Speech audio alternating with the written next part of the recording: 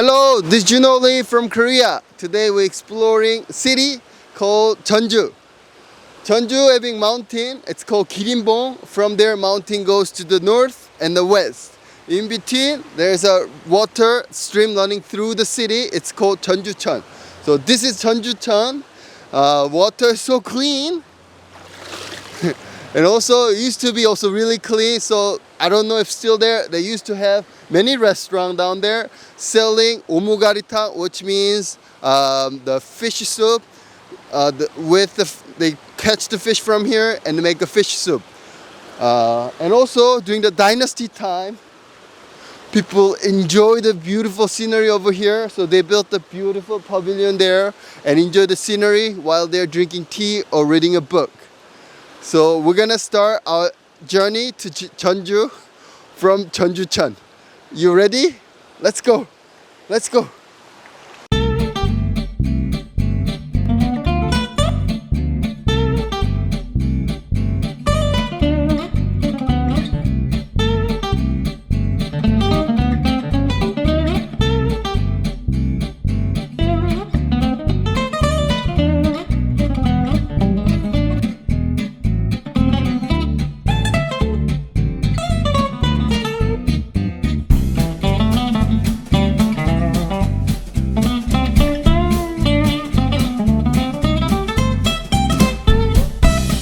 So what do you think of this Jeonjucheon?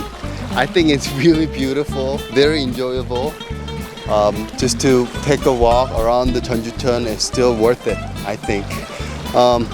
Anyway, I didn't explain it before, but this water being so clean. Traditionally during the dynasty time, they used to have a lot of people here making traditional Korean hanji, mulberry paper.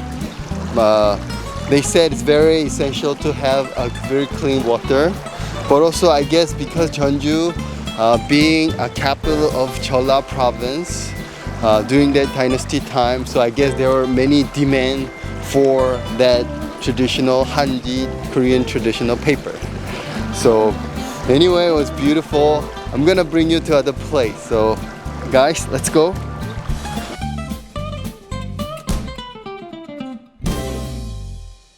Okay, so I came to Chiamamura Village.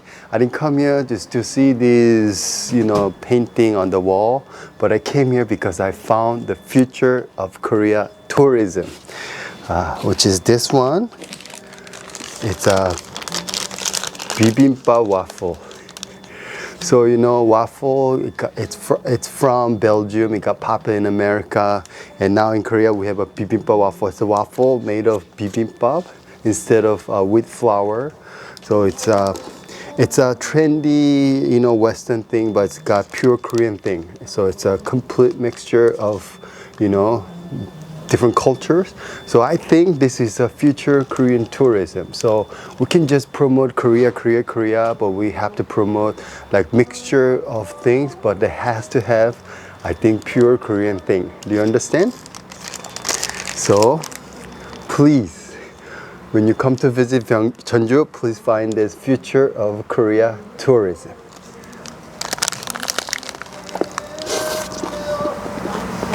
Let's go.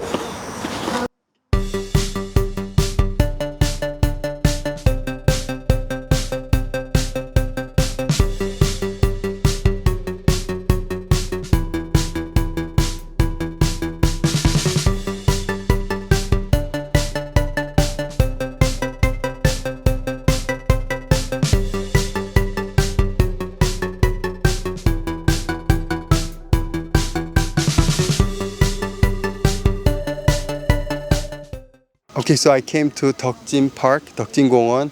Now it's beautiful with this beautiful lotus flower. So the Jeonjucheon, the stream running through the city, and it goes out to the west. But long time ago, people believed that's a bad luck, so they actually built the wall so water cannot go out to the west. So naturally, they created this beautiful pond. So it's just so beautiful, especially in the summertime with beautiful lotus flower. So please enjoy the lotus flower. Then we'll go another place. Is that okay? Let's go.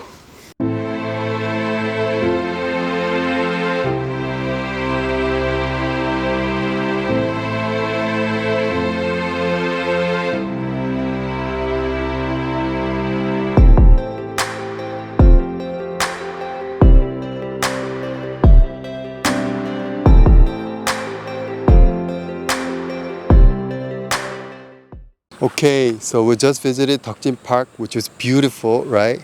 And next to Tokjin Park, government actually built this Jeonju Citizens Public Park and Jeonju Zoo. All happened in 1978.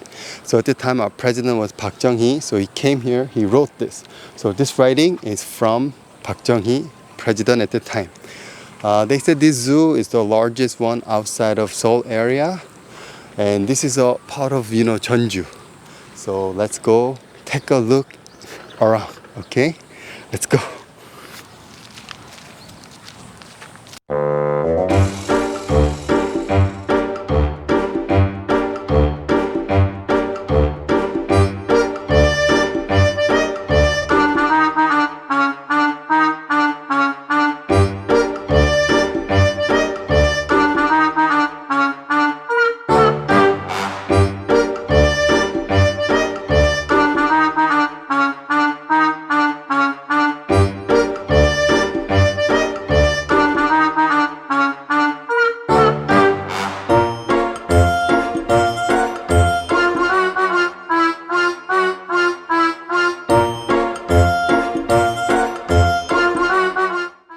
So Jeonju used to be really big because this used to have a fortress. It's called Jeonju Busong, and inside the fortress used to have Gamyeong, recently restored. Gamyeong is a government building. This government building controls the whole Jeolla province, including Jeju Island.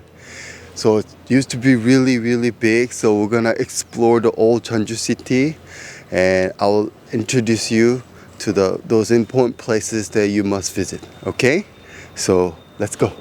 Okay, so I'm in front of a Pungnammun. That is the part of the Jeonju fortress, but the rest has been destroyed by Japan because Jeonju being capital of Jeolla province, and Jeolla province famous for rice cultivation, and Japanese needed to transport all the rices to Japan. They needed to transport them to the nearest seaport, which is Gunsan. So Japanese built the road connecting Jeonju to Gunsan. That time they destroyed the fortress and everything to build the road connecting those both city. That's when actually Japanese come here to start living here in Jeonju. Lots of Japanese houses were built inside of Jeonju at the time. So this is only the piece of building that shows that fortress was here protecting Jeonju city. Okay, let's go. So I came to Omokdae. This is where you can observe the Jeonju Hanok Village. Hanok means Korean traditional house. So when Japanese built the road connecting Jeonju to Gunsan, that's when the fortress been brought down. That's when Japanese who used to live outside the fortress have moved into the fortress.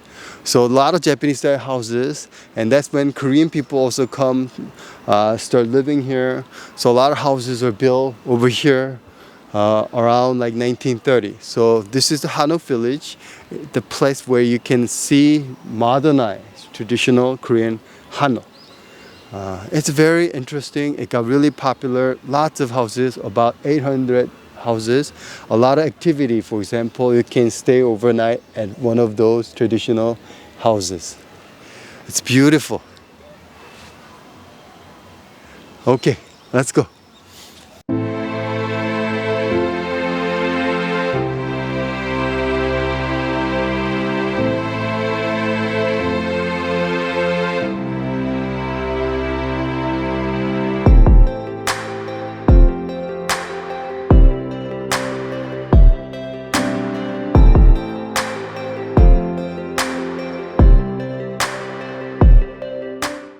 So I came to Gyeonggijeon.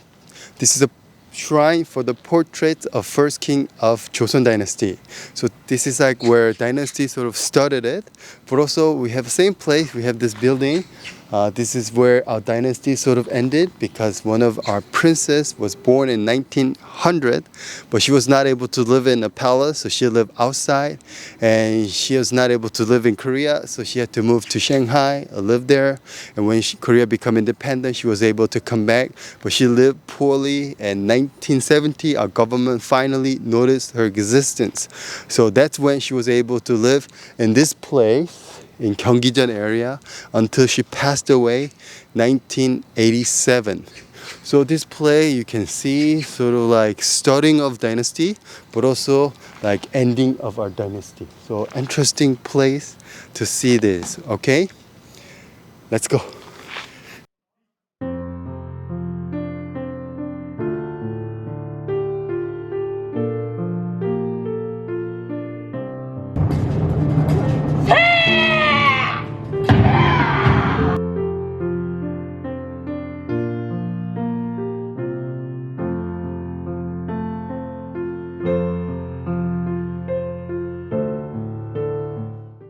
Okay, this is our last stop, Wibong Waterfall. Even though it's not located in Jeonju, but I choose this place to visit because summer in Jeonju is really hot. So I think it's not that far, so you can come here to cool down a bit. And also, this Wibong Waterfall is to be part of Jeonju Park, which means Jeonju a scenic spot. Take a look at this beautiful waterfall. Wow! Thank you so much. And I'll see you again in a different city of Korea. Bye. Woo.